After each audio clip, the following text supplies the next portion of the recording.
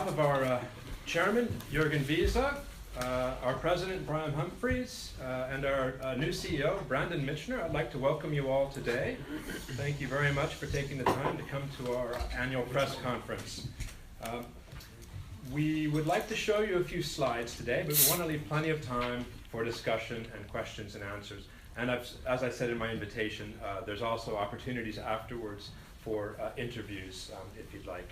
If you could just let me know if you would like to interview anybody. So the good news is you won't have to listen to us talk the whole time, because we have a couple of special guests as well who will be talking to you today. So I thought we would start with a quick round of introductions. I should start with myself. I'm sorry. I'm Keir Boning, so I am head of communications and PR at EBAA. And I'll pass it on to Maxime. My name is Maxime Bouchard. I'm managing director of Jetfly Aviation, business aviation company. I'll present afterwards. Thank you. My name is Jürgen Wiese. On my day job, I'm the director of aviation for BMW in Munich, Germany, corporate operator of 3 aircraft. And today I'm here in Brussels in the role of chairman of the board of governors of EBAA, a role in which I had been enacted last September. My name is Volker Tomala. I'm the editor-in-chief of BART International, and since April this year, founder of a new website called aerobus.de.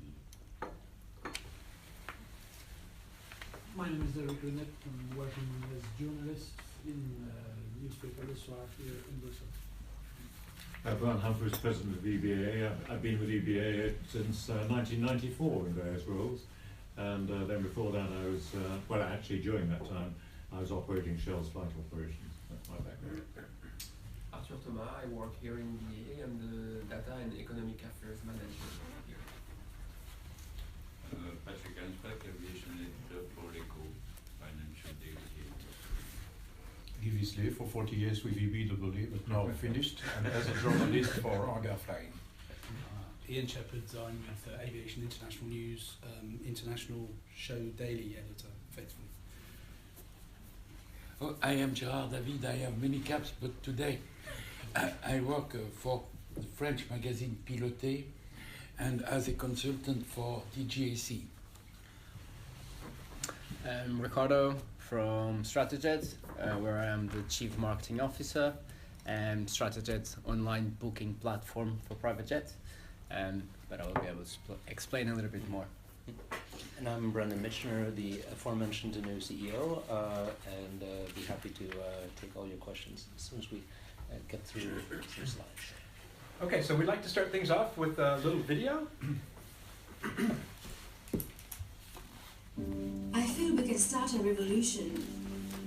You have to be prepared 24/7. Every single day is different.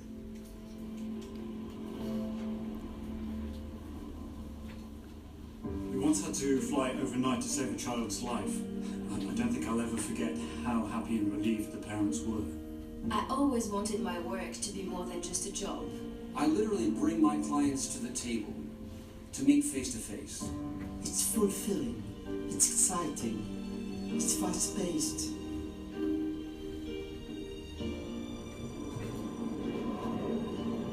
In life or death situations, strong relationships matter. It all boils down to knowing how our customers think, feel, and behave as people. We trust each other implicitly. I want to make a real difference. Feel proud about what I do. Because you're doing so many different jobs.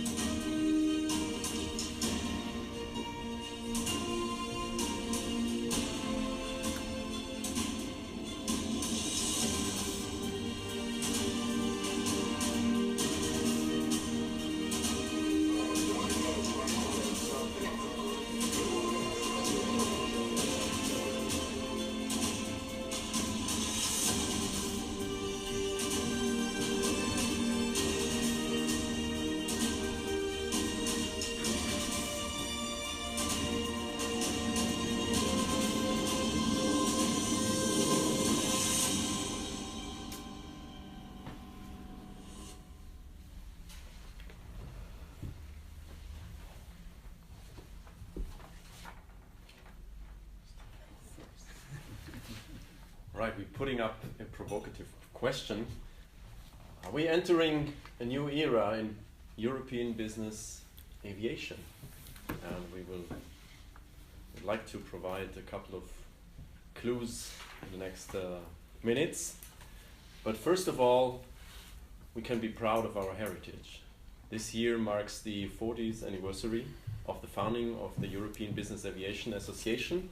What started with a handful of members in 1977 has grown up to almost 700 members by today, and is still growing on a daily basis, so to say. So we just also hired a few new experts who continue to develop and deliver services, and even better services, to aircraft owners, operators, associate members, so the whole ecosystem of business aviation in Europe. And I'm really happy to have Brandon Mitchener now with us, who joined at that exciting time, new to the industry, but you'll get into that yourself. Yep. Brandon. Thank you very much. So we saw in the video that business aviation is about people, but because we've got some fresh numbers, we're going to start with those. These are the monthly numbers that we get from Eurocontrol and other sources, and it's great to be starting at a time the industry looks like it's taking off again. After a couple of slow years, we've now had 6 months of steady growth. April was the best since 2011, and March was the best since 2007. And we've got business growing in every major market in Europe except for Italy, and we can come to that later. You'll get all the numbers in electronic form afterwards. We also have innovative new aircraft technologies and business models coming to the fore. Maybe you saw the full-page Financial Times article the other day about flying cars. If you haven't, I recommend it. It's really a good story. And the industry is looking very dynamic and ready for that kind of innovation as it expands its offerings for new and existing customers and aircraft owners. So what is business aviation about? And we've seen it's about people, some numbers, but it's essentially about a value proposition. Business aviation meets a market need that no other transport option can satisfy by helping users achieve huge time savings and more flexible and full control over their schedules, even if their itineraries combine multiple and even remote destinations. So in short, with a business aircraft, you can do it in less time according to your own schedule. And we've got a couple case studies to show just what that means in practice. Here's an example from history. If you imagine the early days of business aviation, before the planes were available to go from London to Rotterdam for a meeting and back, it would have taken you 2 days by train and ferry, maybe some horses in between. With the introduction of the Pusmoth, you could get there in 2 hours, back in 2 hours, and do the entire trip within 1 working day. If we take a more modern scenario, imagine you're working for Nestle in Vevey, just outside of Geneva. You want to go to London for a meeting with one of your bankers, fly to South America to meet with a supplier of cocoa, off to Italy to meet with a producer of the chocolate, and then back home. To do this with a business jet, it takes 32 hours of flying time, and basically you could do the entire trip in 2 days. To do it without a business jet, on the other hand, we'll see the numbers. You have to have up to, I think it's 54 hours of 53 hours of flying time. And I love the fact that some of these trips you can only do by bus because there is no other option to get to the smaller airports. So the bottom line is that business aviation is an amazing time saver. But not only does it do that, it's a sector that fosters innovation throughout the value chain from manufacturers to operators. It provides 400,000 highly skilled jobs and contributes 100 billion euros a year to European economies, including but not only around airports. It's also a symbol of European excellence with some 1,000 operators serving a global clientele and 6 world-class European manufacturers specialized in business aviation, plus Airbus, of course. In fact, you'll see many of these at EBAA in Geneva in about 2 weeks' time, which we put on together with our American partners, the NBAA. So one of the key arguments for the value of business aviation is it expands the range of choices available for the most demanding travelers. It's a fast-paced, evolving industry. Barriers to entry are falling, and many players are developing new ways of working to further expand customers' freedom of choice. This includes online booking platforms with faster response times, more transparency, and better pricing. So I'm pleased today that we have with us representatives of two companies, Jetfly Aviation and Stratajet, to share some specific examples. And we'll start with Ricardo Gatto, CEO of Stratajet. Thank you very much. So actually I would go back and reply to your question of, is this a new era for business aviation? And I would say that I want to believe that yes, it is a new era, because we are making private aviation more accessible, and more accessible is not in terms of price, it's in terms of you can go to our website or an app and you can book a private jet. And if you look a couple of years ago, and even at the moment, to get a private jet, if you don't have a contact with an operator on a daily basis, you have to find an operator or you have to find a broker, and then that broker will contact at least 3 operators, and then they will give you back 3 quotes, and then if you're happy, you go ahead. If you're not happy, you're not go ahead, and then you have to go through the process again. That's why I believe that we are in a new era, because you can go to a website and you can search a route and you can find the price of that trip in a matter of 2 minutes, and then you can book right then.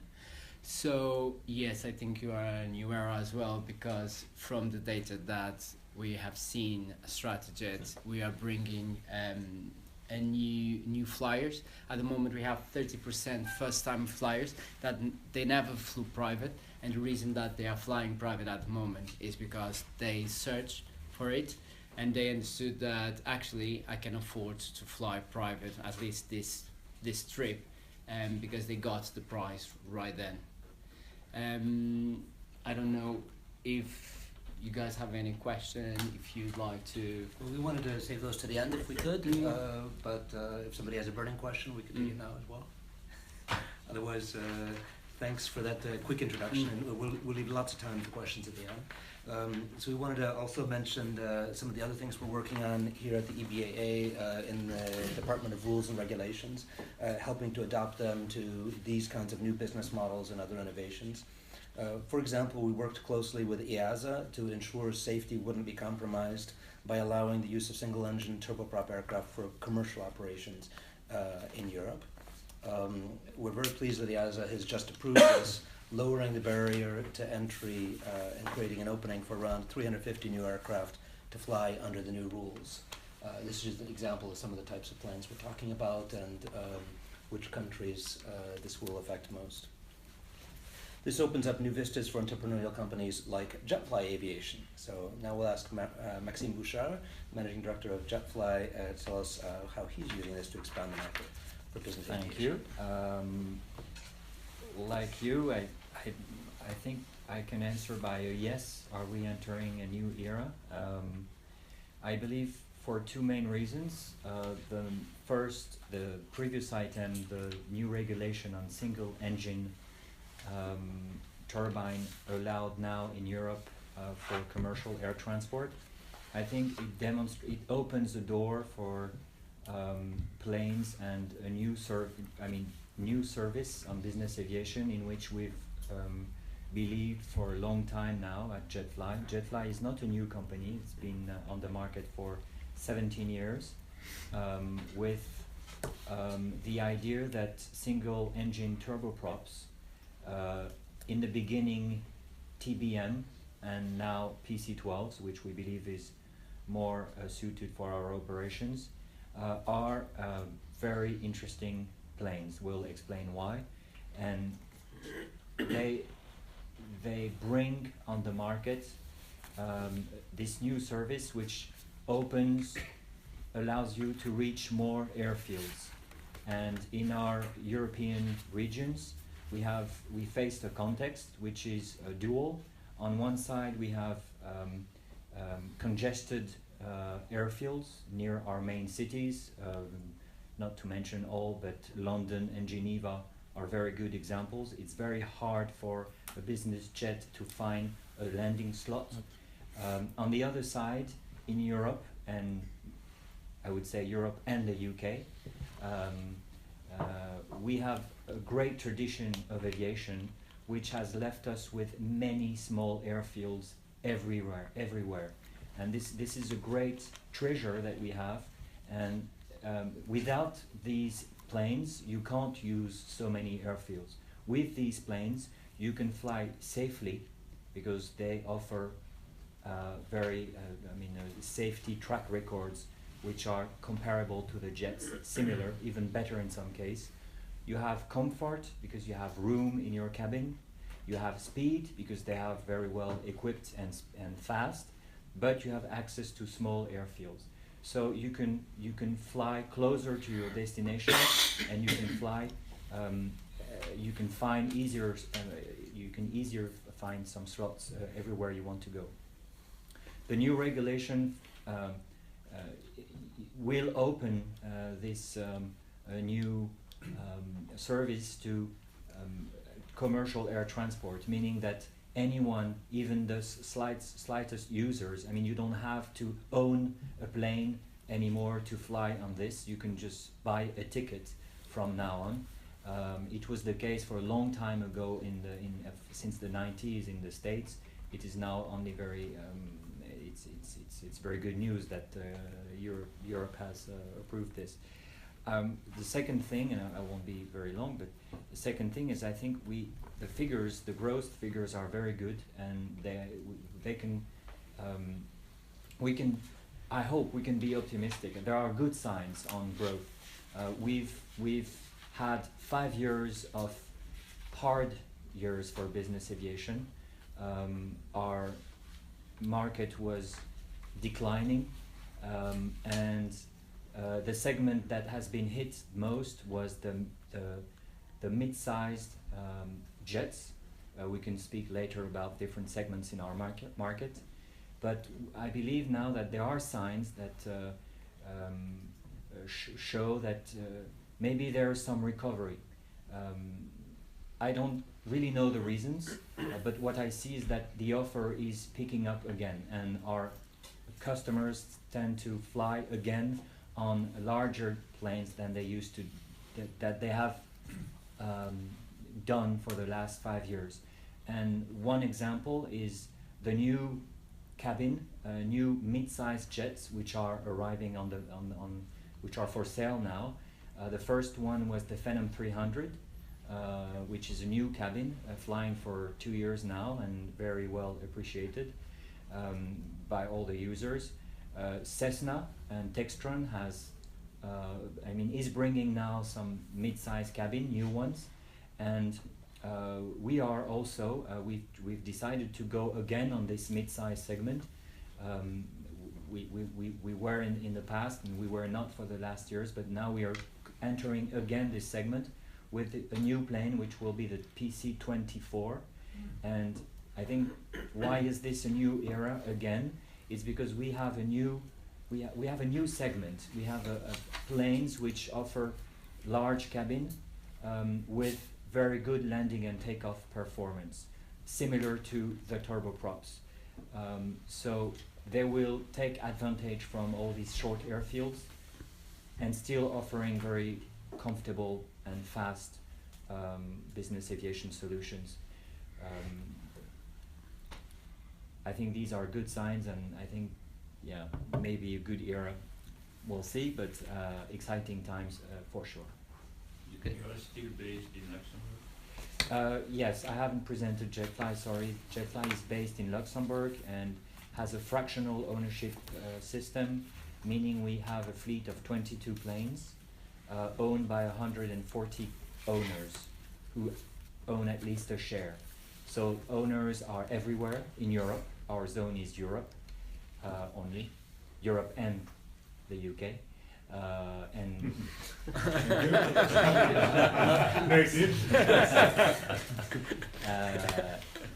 and I hope, yes, the answer is yes. So thanks for that introduction. And again, we'll come back to any questions you have on the details afterwards. The work we did with EASA on single engine turboprops for commercial aviation was one thing that we're working on, but we've got a whole range of different regulatory issues that we're working on. For example, promoting the use of satellite-based navigation, new instrument approach procedures, and augmented vision technologies that are all demonstrating their effectiveness and enhancing the sector's safety and accessing smaller airports in all sorts of weather. Each of these presents new challenges for the entire aviation sector as well as regulators, and we're playing an active role to try and promote these new technologies as well as reasonable and proportionate rules. And we don't want to dwell on any of those now, but again, we can come back to them in the Q&A. Here's another example of something we're working on, promoting runway performance. We're looking at letting business aircraft use up to 80% of the runway compared to the 60% that's currently allowed without impacting safety, making more runways available for commercial operations. So on top of the other things that we just mentioned, this would make a big difference. This is what it would mean in practice with an additional 240 airports available just for the Falcon 2000, for example. So, and finally, in a couple of weeks, I mentioned EBAA's. We're getting together in Geneva for this year's event, the 17th edition. We have a very exciting show lined up, highlighting where the sector is going.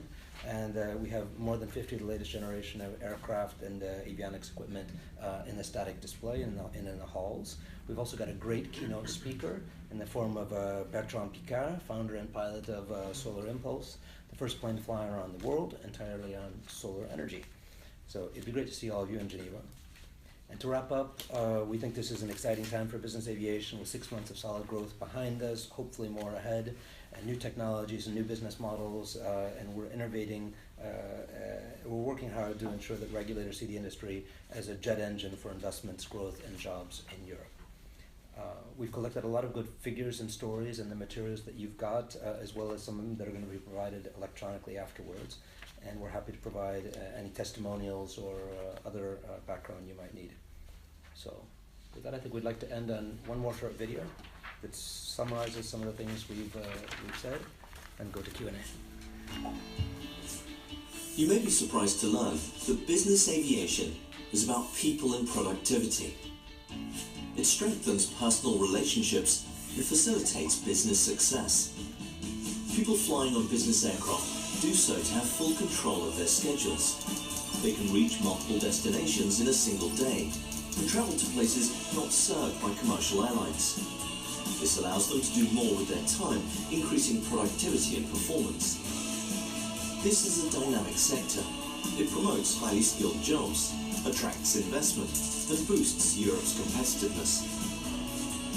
This multiplier effect makes it an important economic force in Europe. More than just making business travel easier, our sector provides a lifeline for communities in remote places with no daily direct connections. It is also the fastest, most efficient, and often the only means to respond to medical and humanitarian emergencies. Safety and security are our top priorities. Business aircraft are among the most advanced aircraft flying. They provide a safe and secure environment for users. We also take environmental responsibility seriously. A pioneer of new technologies in the aviation sector, we've taken significant steps to reduce our carbon footprint. Our sector is committed to delivering value for users, for citizens, for the European economy.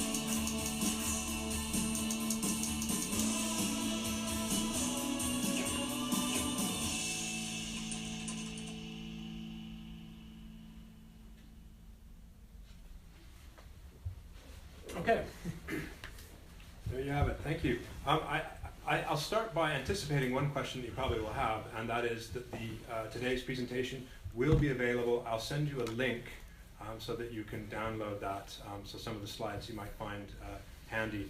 In addition, the materials that you have in front of you, I will provide in electronic format as well, in addition to the latest figures that we put up, including April's traffic figures. So With that, let me open up the floor to questions. Go ahead. Eric? Sorry to be naive. What is a new regulation about single engine? Who wants to explain that? Well, I'm going to start off with it. You used not to be allowed to fly in Europe single-engine turbine aircraft for commercial operations because it only had one engine and there were concerns about safety. In the US, and then over the years, a lot of new aircraft have come in, and one in particular, the PC-12, that Maxime operates, has been flying extensively in the US and has developed a very good track record. And so it was felt that it was time we looked at this in Europe. Now, the big difference between the US and Europe, look outside, you know, it's always grey, well, not always, but usually grey here. The weather's not very good. So you're effectively flying instrument flight rules most of the time. And with one engine, there is always the concern, what happens if that engine stops? Now, so the study looked at the various aircraft. These aircraft have now got extremely reliable engines, which Maxime, I'm sure, will say something about. And the EASA looked at it and saw that if you took certain measures in terms of training, the routes you fly, and everything else, these aircraft could be operated at least as safely as twin-engined aircraft, and indeed a lot more safely than twin-engined piston-engined aircraft. So this new rule came into force. Now, Maxime has been involved in operating the aircraft privately for many years, but the big breakthrough here is to allow them to operate commercially. And why we're so excited about it, it extends the options further down the market. Business aviation was seen as an expensive option. Now suddenly, as Maxime has said, here you've got a more affordable option with a big cabin, with equivalent levels of safety that can get into airports nearer you. So it really is a change in the dimension of the options available. Now, that's not the only development, because we're also seeing... Can I interrupt you? You may. Because I don't understand. You say you couldn't use single engine for commercial activities, but what did Jetfly do? That was not commercial. Maxime will explain. I can explain. That was not commercial. Okay. No, that's private. It means all our clients own the plane. Okay. That's the difference. That's the difference. But they do commercial then. Excuse me? No. No. The question about commercial, it's putting yourself up for hire. And if you're an owner and you're flying the aircraft, that is not judged commercial operations. And because all the commercial rules are designed to protect the travelling public, as an owner, you're not deemed as public. So there are slightly different rules for private and commercial. And the big breakthrough here is that suddenly the opportunities offered by the single-engine turboprops has now been judged sufficiently safe to be able to make it available for public hire. I mean, public hire is probably not quite the right term, but it's public use of the aircraft as opposed to having to buy an aircraft or part of an aircraft and have somebody operate it for you. So it really is a big new dimension. And then I was just going to say there are a couple of other dimensions which again Maxime mentioned, that the Phenom 300, which is a light twin-jet aeroplane with a big cabin. We're going to see more of those available in Europe. We've got some operators that are going to operate those. And then we're also going to see more twin turboprops available at more affordable prices. So I think we're seeing the whole model is developing to give people more choice, more affordability, and aided and abetted by companies like Stratojet, more accessible too. Nothing to add. Nothing to add. Basically, it opens the market. In fact, it will replace also part of the market. I mean, some of the people who use the twins or middle of the market jets and so on will drop to the single engine now. It's an interesting question that, when new models develop, does the old one suffer? When it's a completely different model, like an iPad or something like that, I think that's different. But our experience is, as new models develop, it brings new people in. The people see the benefit, and they actually then move on. So it's almost a flow through rather than a flow down. I don't know whether you guys got anything to add on that, but I think that's the experience. I would say I would agree 100% because the model that exists, that are the jets, there are already customers flying without those jets, and also there are customers that fly with the propeller ones. But what the new model brings is new flyers, first-time private jet flyers that now they can afford. Would you? Certainly some new users will. We're talking about different subjects, the new platforms, the single engine commercial air transport, or new mid-size cabin. I mean, they are different subjects. If we're talking about the single engine commercial air transport, I believe some people don't use business aviation just because it's not answering their needs. For example, if you are in a very remote place and you don't have an airfield next to you, or big enough to land with a jet, you don't use business aviation. What we found is that business aviation is not a toy, it's a tool for many companies. That's something I discovered working for JetFly. And commercial air transport on single engine will allow new users to use this, not really because it's more affordable, because it still comes at a price, but because it offers a new service. Access to business aviation on small airfields didn't exist, or you had to buy a plane, which is something that not everybody does, and certainly not the small company. I mean, not small, but the family-owned company do not come easily to that step. But buy a ticket at a company which can rent you a flight on a case-by-case basis clearly will bring more people to the market, to this service. Sorry, that's for the single engine topic. Can I just add the point that Brandon touched on, which is these satellite-based approaches. We're really excited about those. We've paid for it, all of us. We've paid for EGNOS, we've paid for Galileo. You can now fly in Europe a Cat 1 approach, that is 200-foot cloud base, 800 meters visibility, to any airfield subject to obstacle clearance. So you can basically have an instrument landing system that used to cost millions of pounds at a major airport, at any small airport. Now, we've been very slow to exploit it here. You won't be able to get to 200 feet to every airport because of different obstacles and so on. But it does mean we can fly precision approaches to all these airports. Now, Europe's been slow. We've only got about 150. The numbers I'm not really sure about, but let's say around 200 runways at the moment. We've got an opportunity for at least another 400. So we are pushing hard in EBAA, working with our colleagues in the GSA, that's the GNSS support agency, to get these satellite approaches approved and out there to improve safety and improve access in all weathers. So I think the two are linked. They're very important to keep them together. To add on that, unfortunately, it's not only to the GSA, but it's also to the air navigation service providers in the different countries within Europe, who are partly very slow in adapting that technology and in really certifying these approaches at these airports. 11 months to approve an approach at an airport that's already got an ILS at one end, and it wants an approach at the other.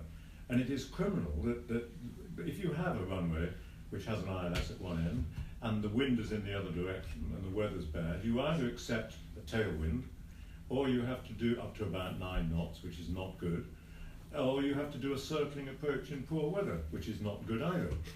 And yet, it's there, all we need is the plate. So it's very frustrating and a major thrust for us to try and break this logjam.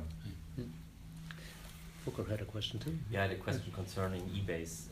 How's the booking situation at that moment? eBay is only two and a half weeks apart. How's the booking situation? I don't have the latest numbers. I think we've got 400. We've got just over 400 exhibitors. 400 exhibitors. We've got almost the same floor space as last year, give or take a little bit. And we've just got a booking for 4 booths from somebody, so the figures aren't confirmed yet. We have seen a slight reduction in small exhibitors, but the feedback we're getting is that is as much as anything else a cost of Geneva, not a cost of the show. Yep. But I think, what was the figure? Is it the most expensive city? Second. The most expensive city in the world in terms of hotels and in terms of restaurants. So I think it's a lesson for next year is that there are some new hotels opening up, which we want to try and encourage the smaller exhibitors to have a more affordable option. But overall, I think we're very excited about the show. The static's pretty well sold out at 52 aircraft. There might be room to squeeze in a couple more, but it's pretty well sold out. And it looks as if it's going to be a good show. We can never tell the number of attendees. We don't forecast on. We'll wait and see. No, for sure. But we expect it's going to be around the 13,000. And remember, we started in 2001 with 3,600 people and half of Hall 7. So we've come some ways. Could you say something about the relocation of the static display? How was it accepted by the static display exhibitors? Well, just for people that don't know, Geneva is an interesting location because Palexpo, I expect some of you have been to EBAA, but some of you may have been there for the motor show, is right next door to the airport. Now, when you normally have an aviation show, you go to the exhibition hall and then you get in a bus and drive for 40 minutes to the static display. This was the first venue that any of us have ever been to where you could walk across France, because there was a road that was France and a bridge, and you walked across and you went to the static display. What's happened is, because the airport's been developed this year, the static display has moved slightly, and now you have to cross airside. So you won't be able to walk directly, but actually for some people, including oldsters like me, it'll be a bit easier, because you won't have to walk the whole length of Hall 7. You'll come down the steps and there'll be a continuous shuttle bus taking you to the static, which I think takes 90 seconds. So I don't think it's going to be a long bus ride. Quicker than the walk. Some people, like me, will prefer it. So we'll have to see how it works, but we think it'll be pretty good. There were no objections from the exhibitors. Some of the exhibitors were concerned about getting their high-value clients there, and what we've allowed them to do is they've got some VIP shuttles that take their clients there. Thank you. Patrick, you had a question, I think, earlier? Not yet. He had a question. Okay. It was not a question. It was just as we have a Belgian aviation journalist on what you rightly said about the global navigation satellite system. Here in Belgium, it's already in use in Antwerp in both directions of the runway, and all Belgian public airports, so the Belgo controlled one, will be equipped, and the next one, which will follow up in a few weeks or few months, is Kortrijk with again. So at least on that, Belgium was also slow in a way, but is... No, Antwerp was one of the first. I mean, we had a big opening. was the first, and there was an EBAA even to introduce it, and that's a big help, because you just mentioned about the poor weather, and of course the obvious question, if you go to a smaller airport, it's not equipped, so that was the right question to that as well, so thank you. But I think probably we have to take the Belgian control example as a method of best practices in Europe for navigation service providers. But what I heard in Germany is that the DFS is doing one approach per month and not one LPV approach. It's any change to any approach, it takes a month. We've got less airport than Germany. Anyway, but it's a good best practice. I also heard us saying that we don't know how to do it because it's never been there before, so we don't have any rules that allow us to do it. Another basic question. Okay, yeah. Mike, the growth of the last month and years, in terms of flights, people, or value? There's the departures. So we always go by departures, and the departures are up, I think, 6% year to date. Whereas the number for EU28 is up 6.1% for the year to date. Is there a movement numbers? Yeah, but is it a change in the middle? The middle range of the mid-size cabin? the mid-size demand the people. The type of legs. Is that in the numbers? Yeah, but No? the type of flight, or maybe Of legs, the yeah. number of Yeah. passenger, Okay. middle number of passenger. We don't have that so far. So. The sort of figures we've got, is, I mean, basically, in numbers of movements, it's about 650,000 a year departures. And it's been, the highest it's ever been, was it 2008 or 2008, I think? It was 675,000. And then it went, the lowest it's been is just over around about 600. So it's about 645 and very slightly going up. You do have figures on what are the flights intra-Europe, national and global, don't you? What's the breakdown of those? The breakdown is so as an average, there are 40% of the flights that are done domestic flights. So from the country to the same country, while you have 50% of the flights who are starting from somewhere in Europe and ending somewhere else in Europe. And it remains 10% of the flights that are starting from Europe and going somewhere else in the world. This is the breakdown of the flights. I think I understand every question. It's nothing to do with commercial airliners with different size and number of seats.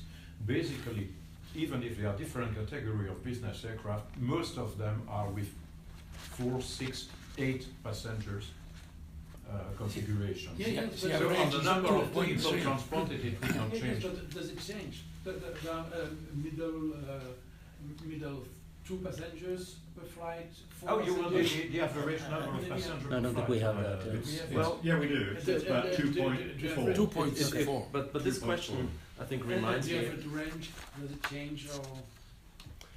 The question is, if I take this number as a key performance indicator in our company, for example, for corporate aircraft, the question is always how many passengers do we transport?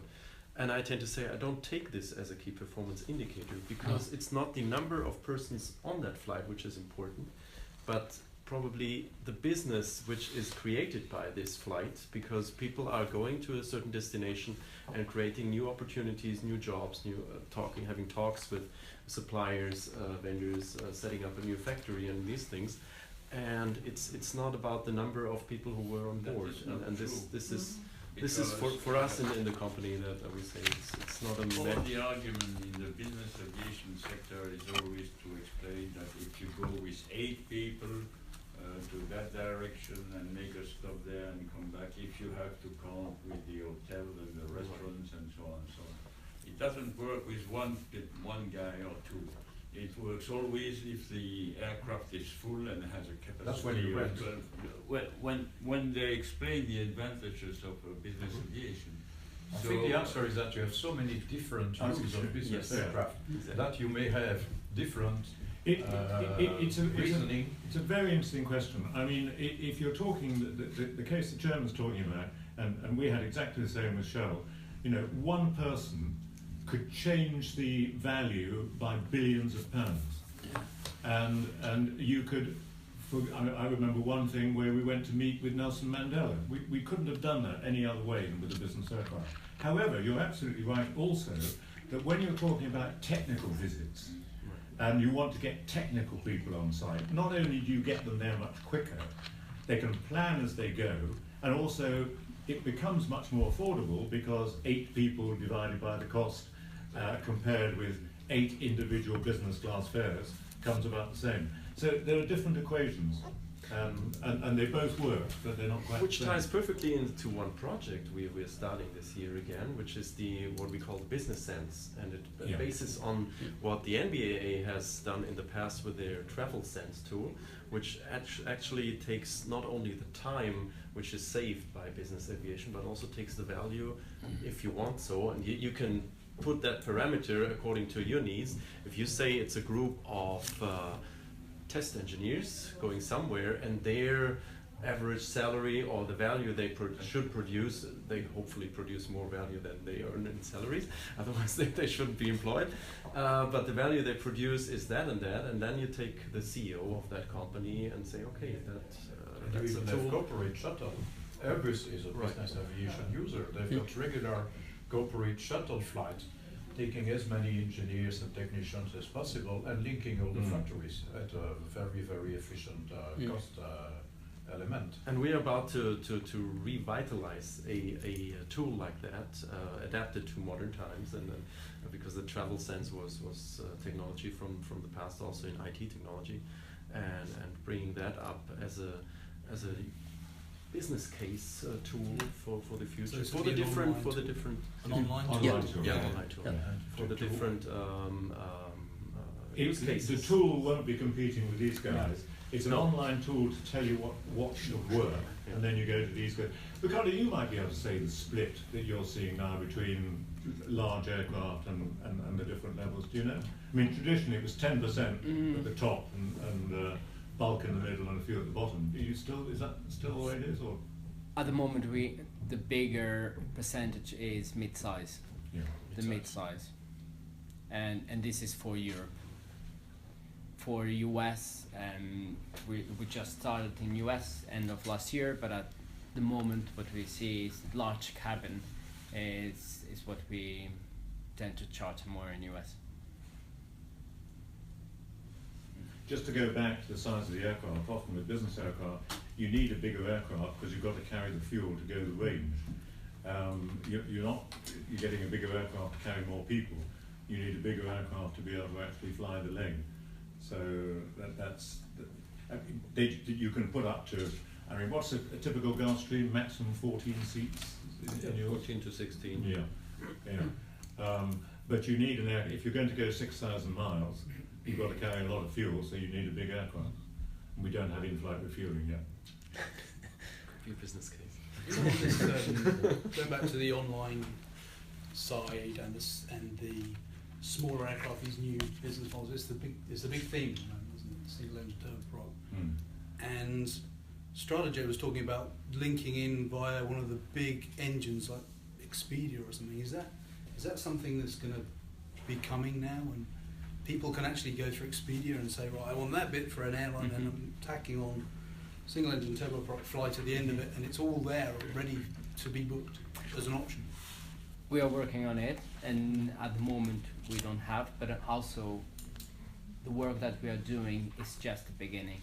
I would say that in end of 1 year, 2 years, we'll be able to even provide better prices than we provide now. And maybe a quick explanation why we do this is because we are not just an aviation company, we are a tech company, and during 5 years we built a technology that helps operators to quote their aircrafts accurately, because so far a couple of operators, they don't understand different costs in a couple of airfields, because depending on the time of the day, of the landing, the price changes. So operators tend to increase their costs. And using our software, they understand that the cost is completely accurate. And another thing that we use to reduce the cost is the empty legs. We adapt empty legs. At the moment, last year, I believe that it was 40% of the flights flown empty, so no customers. And because the market is so fragmented, brokers try to sell these empty legs, but basically they publicize these empty legs like they are, and they expect that a customer goes to their system and to book that flight at that time for that trip. What we do, because we're a tech company, we manage to adapt the flight to a new request. A quick example. We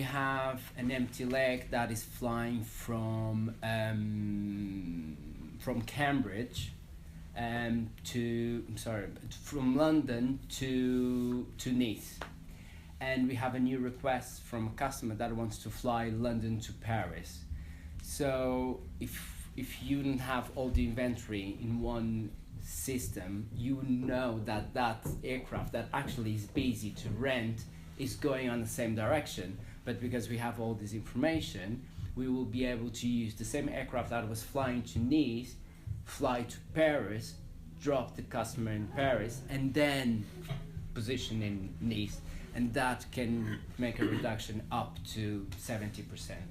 and this is fuel saving because the aircraft was going, reducing the price for the customer that is actually flying to Paris, and also reducing the price of the customer that is departing from Nice because he has to pay the position flight.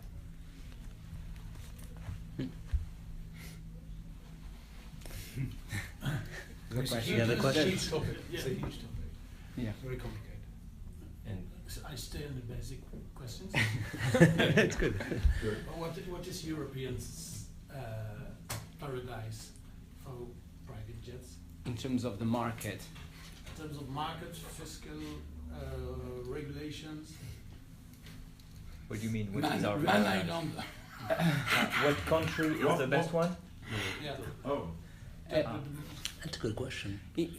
I can answer in terms of the market, which market is more successful in terms of charter flights, and I would say that is UK. UK, still UK.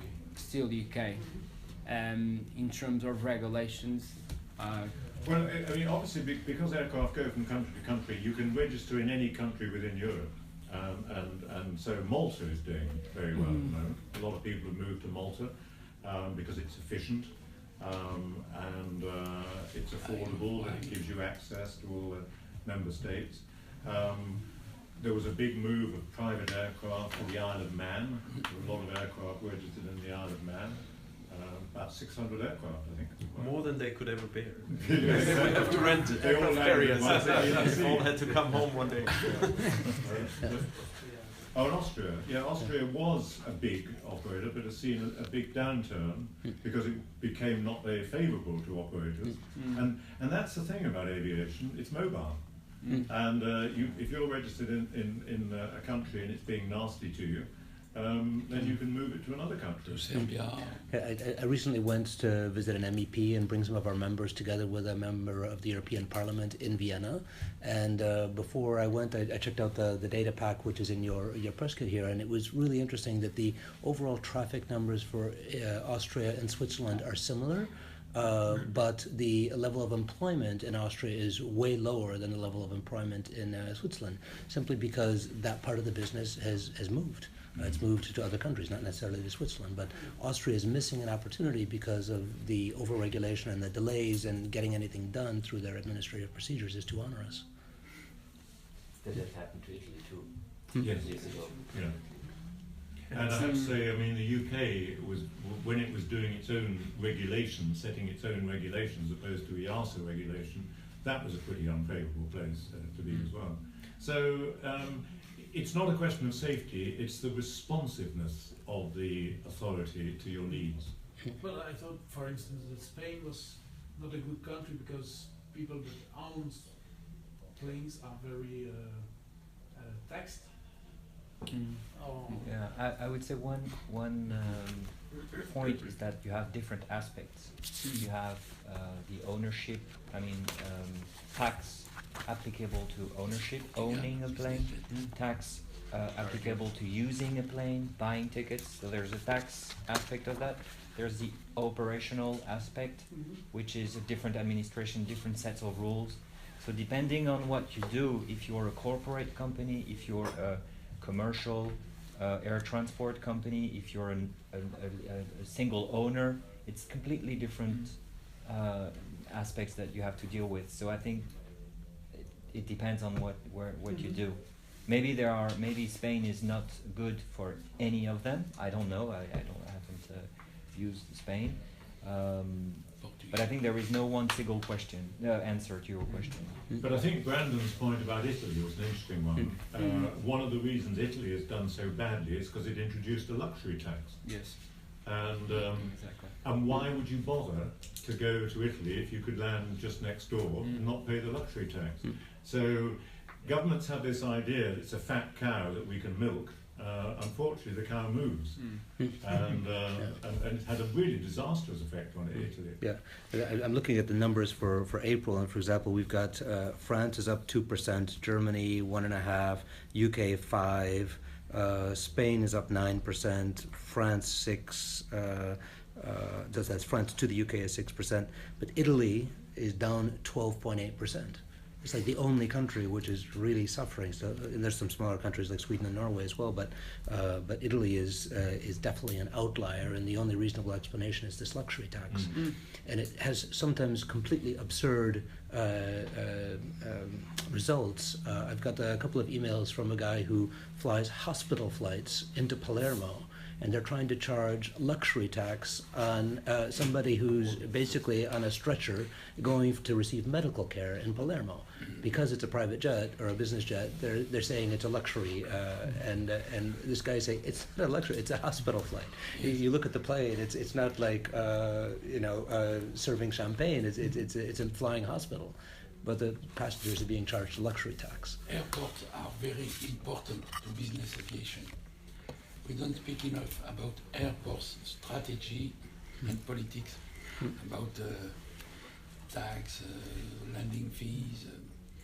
The policy of airports is very important for business aviation. I think that's a really important point, and what we've seen in some countries, I'm just going to use the UK as an example. 20 years ago, most of the traffic went into Heathrow or whatever it was, business traffic. And in the last 20 years, a ring of airports, business aviation airports, has been built around it. So Farnborough's been developed, Northolt's been developed, Biggin Hill's been developed, access to business aircraft into London City has been developed, Oxford has been developed. And so you're absolutely right, the airports are critical. And one of the problems that business aviation has at the hubs, and this is quite understandable, we don't have the grandfather rights that the airlines have. So if an airline has operated particular flights at an airport, it'll always keep that slot. In our situation, we don't have that. And so if an airline wants to grow, then we tend to get pushed out, which is why it's all the more important, exactly what Maxime was saying, that we make greater use of the regional airports. We want to keep access to the mixed hubs, but the regional ones are very important. Can I add something here?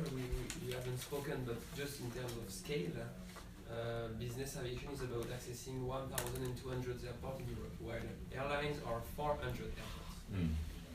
It's a matter of three times more airports.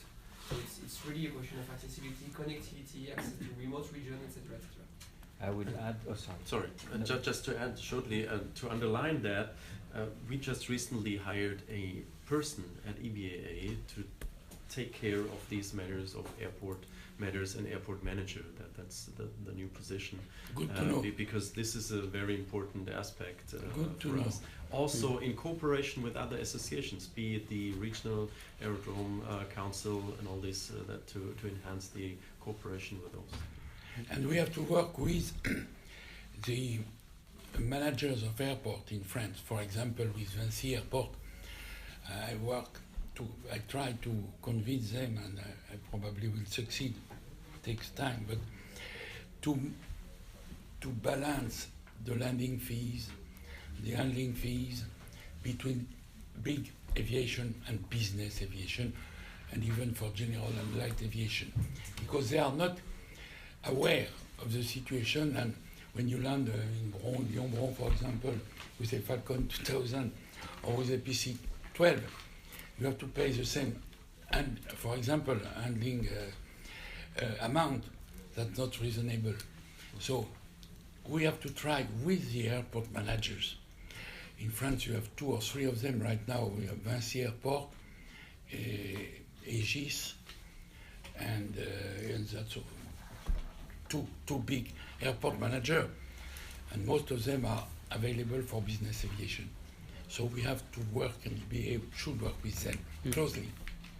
Just one thing, I agree with all that, and our airport network in Europe is great, and we should not forget that once you close an airport, you never open it again, because having the zone accepting an airport is impossible in our world. So we should really fight to keep our network, because it's a great difference.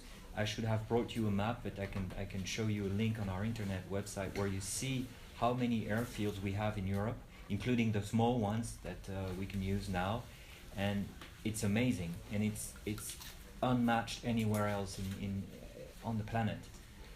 We should really keep this. except when you look at North Dakota in the US and France, they have 459 airports, and in France we have 510. Sorry. US is different. Brendan, Good stuff. could you please elaborate a little bit on the EBAA's initiatives like eSource and the other was WeCare? WeCare, sorry. I can't. Well, but Brian can. eSource, I mean, basically what we're doing, we're providing a safety reporting mechanism for members to facilitate compliance with the new EU regulation. So we're populating the tool at the moment. I can't remember, I'll have to ask. I think we've got 60 people signed up, 50 or 60 people signed up so far. And basically it's a source of safety data which you can share. It facilitates the mandatory reporting you've got to do, so it gives you a tool to help you do mandatory reporting. And it enables you to share dialogue data, you know, an experience somewhere and what happened. So it's only been going, I think, not quite a year yet. We're still populating it, but we're quite excited about it. It seems to be quite a warm welcome. One of the things we want to develop it into is also providing security information. So people can get security data. The big operators can get it anyway. The small operators, so if you're flying a particular route, what is the security situation down the route? And so we hope to amplify it with that. But we've made a good start. Oh, and by the way, Volker, in the longer term, we hope to share flight data recording data as well. Oh, okay.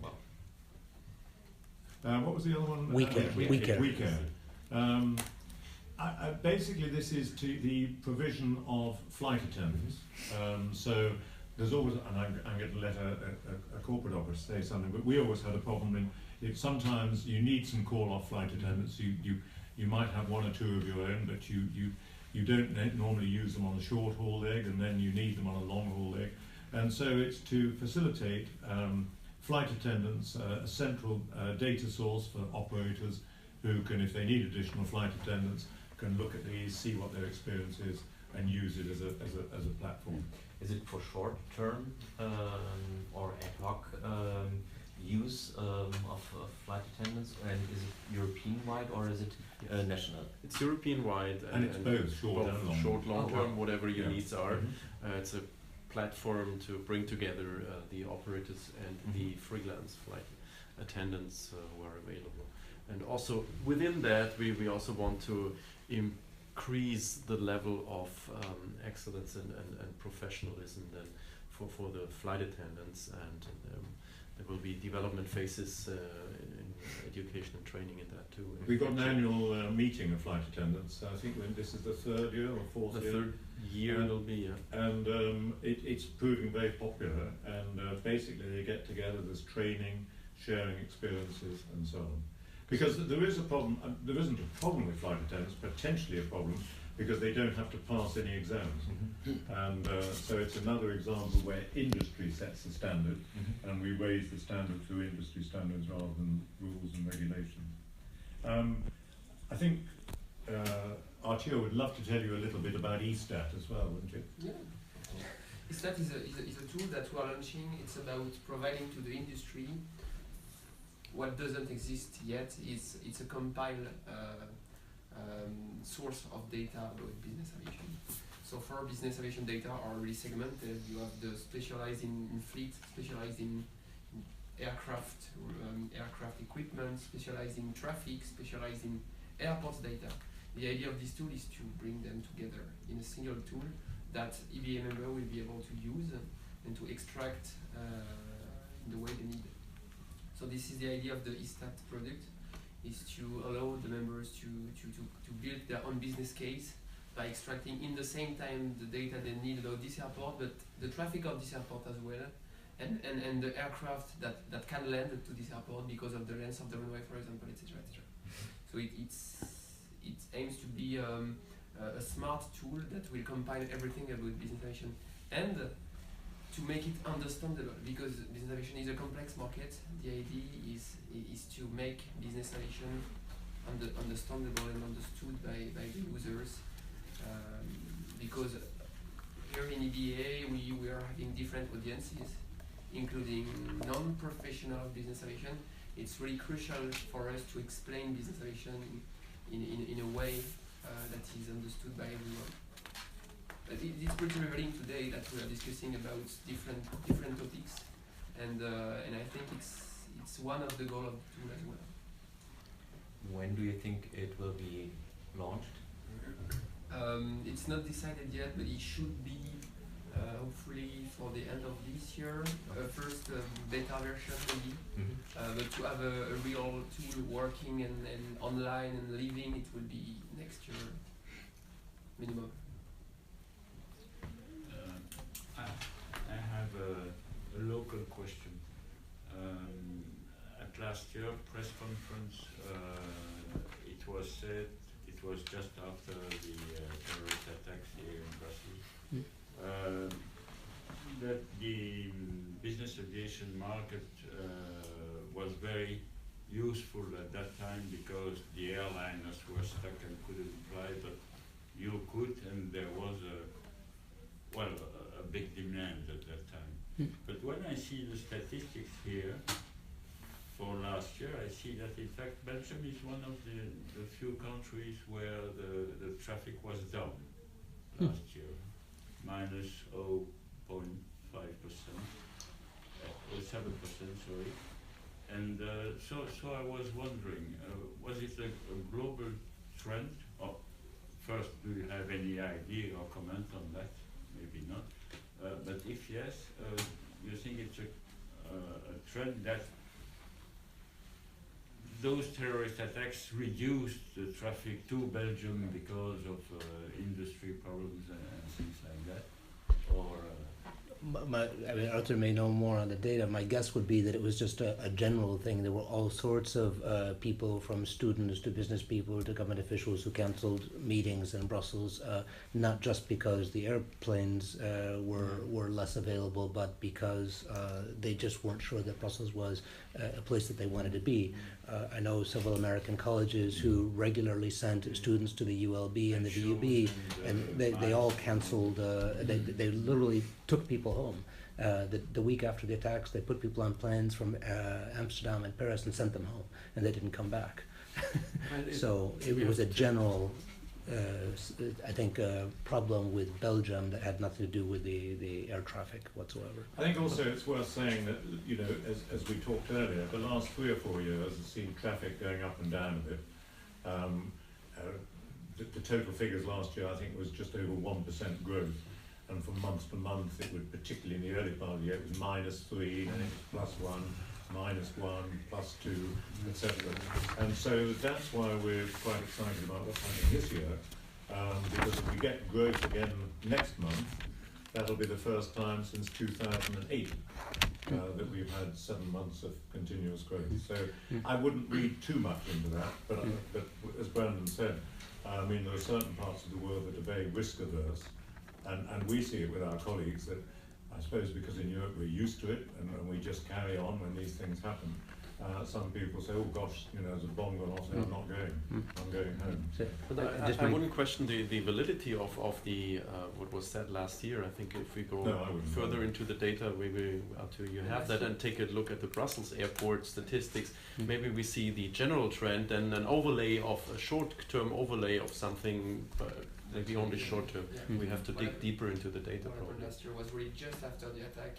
The need for transportation was still here, but the airport was closed. So as long business aviation was allowed to fly, the need was fulfilled by business aviation. So I think this is what happened last year, but on a yearly basis, it's a little bit more complex than that. And we are not expert in forecast here in EBAA, and I think we don't take the risk to forecast too much. Maybe we will one day, but so far we don't really know how to explain those trends. Last year, as Brian said, it was a pretty bizarre year with some months positive, some months negative. I think in the end of the year, if Belgium is negative, it does not mean anything. Just the figure of the year. But I could add just 2 more things. So for the numbers that we can give you afterwards, Belgium was up 4.5% so far this year. So year to date, up 4.5%. but it also shows that the overall level of traffic here is so small that 7 planes or 7 departures can make a difference.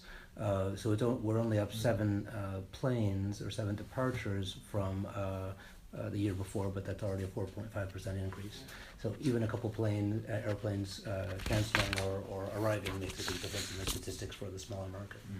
Yes, the numbers are really important because I just looking at the PC12 figures. In Q1 they were up 95% CAT, but of course they went from a very low base. So you've got to be really careful when you talk about percentage. You did a good job. So with the overall trend, I think it was last year or a couple of years ago, the big thing was that the East had really pulled down the rest. The sanctions against Russia, all that sort of thing. Where does that all stand now in terms of pretty much the same? Is it static in the East? Well, I think Russia is still a problem. China is still a problem. It didn't realise it's steadying down now, and the recent EBAA show I think was more optimistic than people had thought. And I know South America's been tough. The US has been doing about the same as us. I think, to be honest, the big downturn in the wide-body aircraft, not wide-body, but the heavy business jets, was a lot to do with Russia and China, because that kept going and then we had the downturn. It was a late downturn compared to everything else. Yeah. I think what we showed at the General Assembly of the members in March was that the belt in the East was mostly negative. These were the 2016 figures. Yeah, I don't have any more on that. So, another question: Are you encouraging other or countries who don't have any business aviation associations right now, US EBAA, to found national associations? Can you elaborate a little bit on that? I would say yes, and others can provide greater details, but one thing that we see is that there isn't a sort of homogeneous picture of national associations. I met with the Austrian Association recently, and it's very small, and they're very frustrated with the level of support that they get from the local government. So what we heard is that there's definitely a need from people on the ground, whether it's the operators, the FBOs, to have an association which can represent them in to the government institutions, and try to argue for what we always call the proportionate and reasonable regulations. But there's not a homogeneous picture across Europe. We do have an agreement with the British Association that Brian Yes, what we have done, I think it's a very good question, because we did recognise last year that we weren't doing enough for the National Association. So we created what we've called a Council of National Associations, and they meet 3 times a year. And we put a little bit of money into that, so that if the Council decides a particular association like Austria or Ireland needs help getting started, we can help that. We also find it's a really useful debating chamber on the issues, because actually if you look at the 6 national, you can't help me with the figure on this, but 6 national associations cover over 60% of the traffic. So I think this Council of National Associations is a really important initiative which we're going to continue to foster. Where there isn't, where there is a national association, we EBA act in a supporting role. Where there isn't one, then if one of our big members or one of our members says there's a problem, we'll go and see if we can help directly. But we're quite excited about this closer relationship with the national associations. And with the smaller ones like Austria or the Irish Business Aviation Association, which are in foundation, so to say, or the Austrian in re-foundation, we are now going to create some sort of template how to do that and how to evolve that from the start. So if we have a critical mass somewhere in the future, we will have a template how to start these things. Following on from that one, what about the wider thing with the associations in the regions and how you can work with those better? Because I see very little. I see the regional messages of all the shows, AFBAR, MEBAR, ASBAR, EBAA, NBA. So there's all these ones that cover big regions, but very little common. Well, there's a bit of language here, and the chairman, I'm sure, will say, as having been, we've both been key members of EBAA, which is yet another term, abbreviation, but it's the International Business Aviation Council. So the structure of business aviation associations is right at the top. You have EBAA, which is based in Montreal, which is the representation of business aviation at ICAO. And then under that, you have the national associations like NBAA, GBAA, BBGA, and then overlaid on that is the regional association, which is EBAA, which is also a member of EBAA, but looks after Europe on behalf of the national associations. So it's a slightly complex structure, but actually, although you don't hear much about EBAA, it does play quite an important role in setting safety standards common across all the associations, and representing our interests like ICAO. I mean, I'm just last year at the ACE, or the NBAA show, what it was called before, in Orlando. We had several meetings together with the Canadian Business Aviation Association, with our American counterparts, NBAA, and I also participated in these to get a better picture of the problems which they have, and how we can find common approaches sometimes. And also we have this twice a year at least, or 4 times a year, we have international meetings. So twice a year there's a so-called governing board at IBEC, where all the head of the associations come together and hopefully then go for decisions, which are then prepared into other meetings in the meantime by a more operational committee, where the problems are actually discussed and then prepared for decisions. But it's a very diverse. Well, you have the Australians, you have these ideas, and then you have the Asian Business Aviation Association, which is already difficult because there's China, which is like really closed right now, and then there's the Japanese right across the sea, and there's the Middle Eastern and Africa is already something which we will hopefully come to a resolution. Well, it sounds like something coming, doesn't it? Well, the problem with AFBA and MEBA, sorry about the abbreviations, Middle East and Africa, Middle East covered North Africa, and where does Africa stop? So there's been quite a lot of dynamic discussions. I think, as the chairman said, we're just about close to a solution on that. But they do, you know, there is, through IBEC, there is reasonable collaboration, particularly in terms of safety. Yeah. But no claim, no gain. Everyone sort of uses it. It's just that's a US thing. And it seems to me that the main thing in business aviation is the image. Right. And everybody's saying it, but no one's got a common message. Well, I think there is we recognise that it's very important that business aviation is properly perceived, and it hasn't been.